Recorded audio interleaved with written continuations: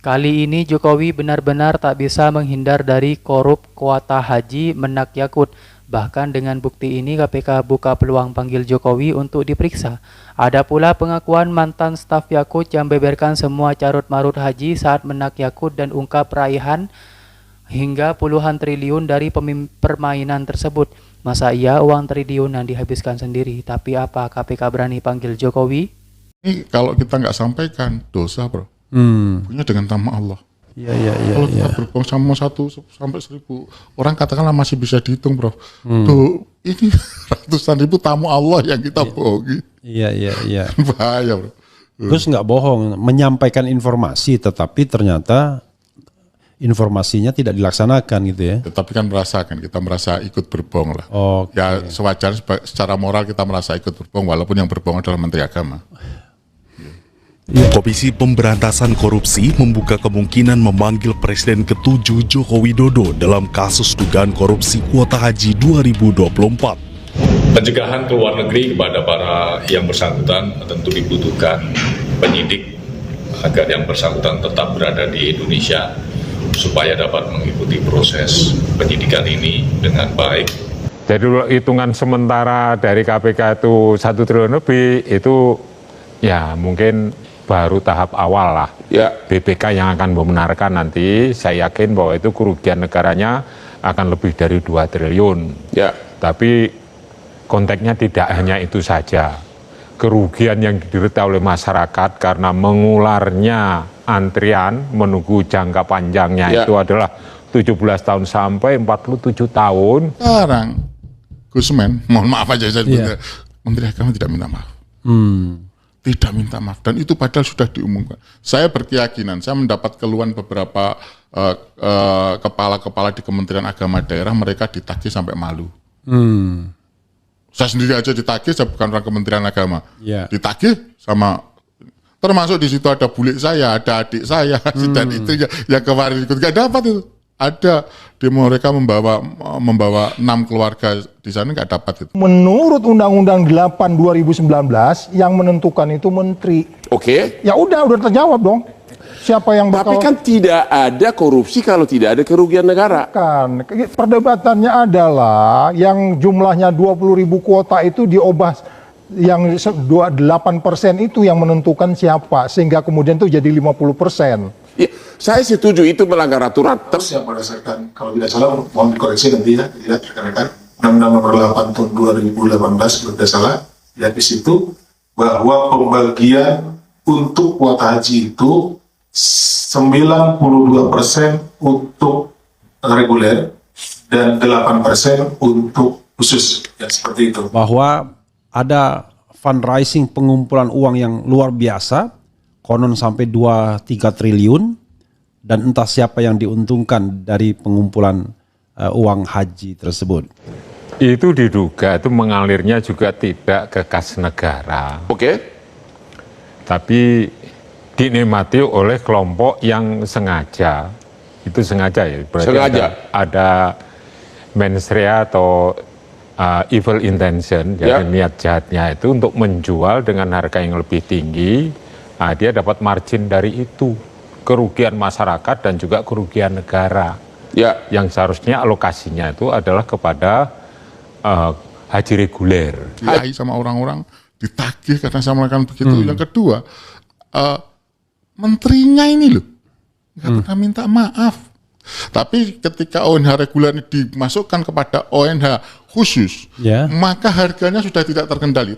Tergantung, karena ini ONH khusus, ini berhubungan dengan pihak ketiga.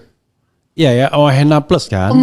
Penyelenggaranya bukan khusus, ya itu bukan Kementerian Agama lagi, tapi pihak ketiga. Ya. Kemana keuntungannya si perusahaan? Karena ini perkara korupsi. Iya, harus negara rugi berapa? Ya, itu yang disebutnya kembali lagi, kalau mau dihitung jumlahnya berapa sebenarnya kerugiannya, kan imaterial dengan material beda. Material rugi, malah gue lihat material malah untung negara. Setuju nggak Pak? Oh ya enggak. Kalau bayarnya plus, kalau masuk ke harusnya negaranya. haji reguler dijual haji khusus, harganya jadi naik. Terus ini mana kerugian negara? Karena tanpa ada kerugian negara, aduh ini kan bos-bos KPK nih. Kalau misalnya Katakanlah rata-rata 500 juta saja, dikalikan 10.000 itu sudah 5 triliun sobat daerah sekalian.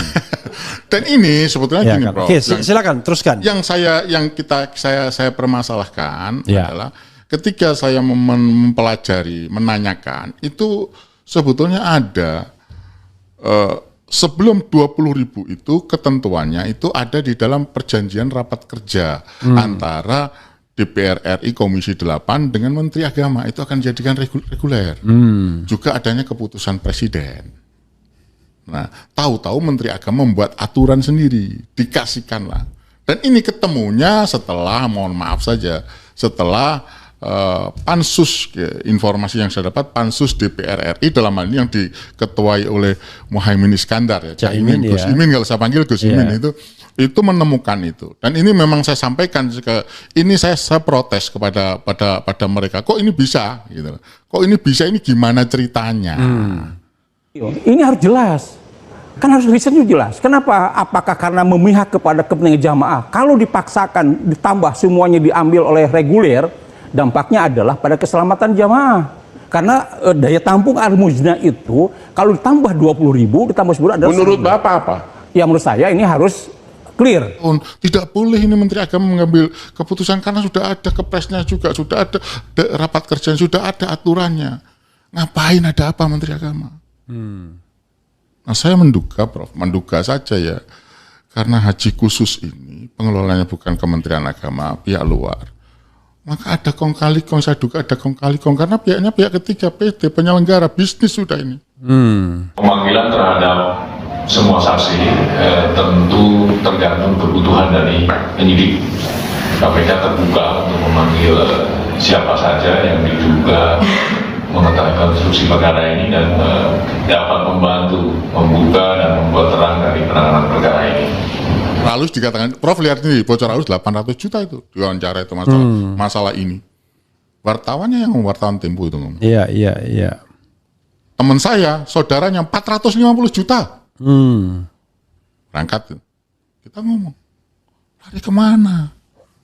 Makanya Gus Yassin mengatakan kalau misalnya keuntungannya 300 juta aja. 300 juta, itu kecil saya hitung. Peran Jokowi dalam dugaan korupsi Kota Haji 2024. KPK buka peluang pemeriksaan. Nama Presiden ke-7 RI Jokowi disebut-sebut dalam kasus dugaan korupsi tambahan Kota Haji tahun 2024 yang ditaksirkan merugikan negara lebih dari 1 triliun. Keterkaitan ini bermula dari lobi diplomatik yang dilakukan Jokowi kepada pemerintahan Arab Saudi pada tahun 2023 lalu. Pertemuan tersebut terjadi saat Jokowi bertemu Raja Arab Saudi yang kemudian menghasilkan kesepakatan penambahan Kota Haji sebanyak 20.000 jemaah. Penambahan ini awalnya yang dimaksud untuk memperpendek antrian panjang calon jemaah haji Indonesia. Namun dalam pelaksanaannya pembagian tambahan kota ini diduga melanggar ketentuan yang berlaku. Kementerian Agama RI di era Menteri Agama Yakut Khalil Humas diduga tidak mengikuti prosedur hukum dalam penyalurannya. KPK kini menelusuri pihak-pihak yang memberi instruksi pembagian kota secara ilegal serta yang menerima aliran dana hasil penyalahgunaan tersebut. Juru bicara KPK Pak Budi Prasetyo menegaskan bahwa lembaganya akan bersikap independen dan tidak pandang bulu dalam memanggil saksi. Ia juga membuka kemungkinan pemanggilan Presiden Jokowi sebagai saksi jika dibutuhkan dalam proses penyelidikan.